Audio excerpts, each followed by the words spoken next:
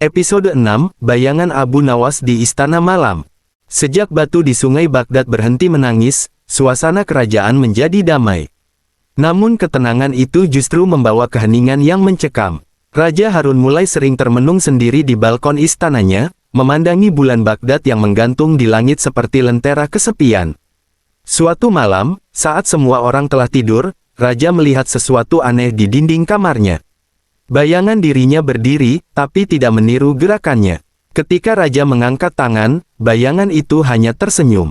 Ketika ia berbicara, bayangan itu menjawab. Dan suara itu, tak asing. Itu adalah suara Abu Nawas. Raja tertegun, tak tahu apakah ia bermimpi atau terjaga. Bayangan itu tampak nyata, tersenyum seperti dulu, dengan mata penuh kelicikan yang cerdas. "Abu Nawas, apakah itu kau?" bisiknya. Bayangan itu menunduk hormat. "Bukan aku, tuanku," katanya lembut, "aku hanya bayangan dari hatimu yang mulai memahami Abu Nawas." Raja mendekat. "Apa maksudmu? Dulu engkau mencari kebijaksanaan di luar dirimu. Kini, setelah mendengar tangisan batu dan seruan sungai, kebijaksanaan itu sudah ada di dalam dirimu sendiri." Raja menggigil. Ia sadar, bayangan itu bukan hantu, melainkan pantulan jiwanya yang mulai tercerahkan oleh ajaran Abu Nawas. Namun mengapa muncul malam ini? Karena, seperti yang dikatakan bayangan itu, ada bahaya yang datang dari dalam istana sendiri. Hari berikutnya, bayangan itu muncul lagi di ruang kerja raja. Ia berbisik, "Tuanku, berhati-hatilah pada orang yang terlalu sering memuji." Tak lama kemudian, 3 menteri datang membawa kabar, mereka ingin membuat pajak kemakmuran baru, alasan mereka untuk menambah kas negara. Tapi Abu Nawas, atau bayangan dirinya, membisikkan, "Itu bukan pajak untuk negeri, tapi untuk perut mereka sendiri." Raja berpura-pura menyetujui, namun diam-diam memerintahkan pengawas rahasia mengikuti setiap transaksi mereka. Hasilnya, ketiganya menyimpan emas di rumah-rumah rahasia di luar kota Baghdad. Raja murka, tapi bayangan itu berkata, "Jangan menghukum dengan amarah, hukumlah dengan cermin." Maka Raja membuat rencana luar biasa. Raja memerintahkan dibuatnya cermin kebenaran, konon dari batu permata sungai nurani. Ia mengundang ketiga menteri ke ruang sidang besar. Di tengah ruangan berdiri cermin besar, berkilau seperti air tenang. "Barang siapa berdusta di hadapan cermin ini," kata Raja, "maka wajahnya akan terlihat hitam." Ketiga menteri gemetar. Mereka mencoba berpura-pura jujur, tapi saat mengucapkan sumpah, wajah mereka perlahan berubah gelap, bukan oleh sihir, tapi karena malu dan takut. Raja tersenyum. Cermin ini tak memantulkan wajah, tapi hati. Rakyat bersorak. Dan malam itu, ketika semua tertidur, bayangan Abu Nawas muncul lagi dan berkata, "Tuanku mulai mengerti cara menegakkan kebenaran tanpa pedang." Namun kehadiran bayangan itu mulai membuat Raja gelisah. "Apakah kau akan selalu bersamaku?" tanya Raja pada malam yang sepi. Bayangan itu menjawab, "Selama hatimu jujur, aku akan muncul hanya ketika dibutuhkan." Suatu malam, bayangan itu memperingatkan lagi. Ada satu orang di istana yang pura-pura setia, tapi menanam racun di balik senyumnya. Raja tak tahu siapa, tapi firasatnya tajam. Ia lalu menguji semua pelayan dengan cara yang tak biasa. Setiap malam ia menaruh setangkai bunga di depan pintu kamarnya. Siapapun yang mengambilnya tanpa izin, akan diketahui lewat bayangan di dinding yang dijaga oleh cahaya obor. Malam ketiga, seorang pelayan muda mencoba mengambil bunga itu. Saat tangannya menyentuh tangkai, bayangan besar Abu Nawas muncul di dinding dan berteriak, "Berhenti sebelum dosa menumbuhkan akar." Pelayan itu pingsan ketakutan dan mengaku disuap oleh menteri yang sudah diasingkan. Keesokan harinya, Raja duduk di taman istana dan bertanya kepada bayangan itu, "Apakah kau benar-benar Abu Nawas yang diutus dari langit, atau hanya buah pikiranku?" Bayangan itu tersenyum, menatap lembut. "Bukankah Abu Nawas dulu berkata, kebijaksanaan adalah cahaya? Maka aku hanyalah pantulan dari cahaya yang kini hidup dalam hatimu." Raja menunduk haru. Ia sadar, Abu Nawas mungkin sudah tiada, tapi ajarannya menjelma menjadi nurani hidup, bayangan yang membimbing setiap langkah. Bayangan itu lalu berkata, "Tuanku, aku akan tetap datang selama engkau mau belajar dari kesalahan, bukan menyesalinya saja." Raja pun tersenyum. Untuk pertama kalinya, ia tidak merasa sendirian. Beberapa pekan setelah malam terakhir bayangan muncul, Baghdad tiba-tiba dilanda bencana. Hujan turun tanpa henti, angin berputar aneh di langit, dan dalam waktu singkat penyakit misterius menyebar di pasar, rumah, hingga masjid. Tubuh rakyat panas seperti terbakar, namun darah mereka membeku seperti es. Raja memanggil semua tabib terbaik, tapi tak ada yang bisa menjelaskan. Ini bukan penyakit, tuanku, kata seorang ulama tua, ini teguran dari langit. Raja termenung. Malam itu ia duduk di singgasananya yang sepi, dan untuk pertama kalinya dalam berminggu-minggu, bayangan Abu Nawas muncul lagi di dinding. Tuanku, katanya dengan nada sedih, penyakit ini bukan datang dari bumi, tapi dari hati yang terluka oleh keangkuhan manusia. Raja terdiam. Lalu apa yang harus kulakukan? Bayangan menjawab, ada satu pengorbanan yang belum kau lakukan, bukan emas, bukan harta, tapi sesuatu yang paling kau cintai.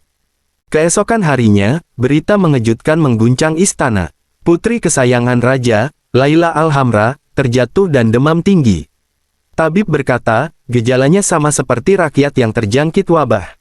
Raja terpuruk. Ia menangis di sisi ranjang putrinya, menggenggam tangan kecil yang mulai dingin. Kenapa, ya Allah, mengapa bukan aku saja? Malam itu, bayangan muncul di langit-langit kamar Laila, suaranya lembut namun dalam. Tuanku, Tuhan tidak menghukum, ia hanya mengingatkan bahwa kasih sayang sejati diuji saat kehilangan terasa nyata. Raja berteriak, katakan padaku, apa yang harus kulakukan agar anakku sembuh? Bayangan menjawab, buka pintu istana, bagi tempat tidur, air, dan makanan dengan rakyatmu. Jangan lagi ada dinding antara raja dan yang lapar. Karena wabah ini bukan kutukan, tapi cermin, untuk melihat siapa yang mau berbagi meski takut mati. Keesokan harinya, istana dibuka. Rakyat yang sakit diizinkan masuk, dirawat bersama keluarga kerajaan. Para tabib, pelayan, dan penjaga bekerja tanpa mengenal siang dan malam. Raja sendiri turun tangan memberi air dan membasuh luka rakyatnya. Tuanku, kata salah satu menteri, jika engkau ikut menyentuh mereka, engkau bisa tertular. Raja menjawab tegas, lebih baik aku mati karena menolong rakyat, daripada hidup menatap mereka mati dari balik jendela. Malam itu, bayangan Abu Nawas muncul lagi, kali ini tidak di dinding, tapi di permukaan air di dalam bejana. Engkau mulai memahami, tuanku. Tapi ujian belum selesai, masih ada yang harus kau lepaskan. Dalam keputusasaan, Raja bersujud di ruang ibadah istana. Ia berdoa lama, hingga lantai basah oleh air matanya. Tuhanku, jika wabah ini datang karena dosa kami, ambillah tahtaku, ambillah mahkotaku, ambillah segalanya, asal jangan nyawa putriku dan rakyatku.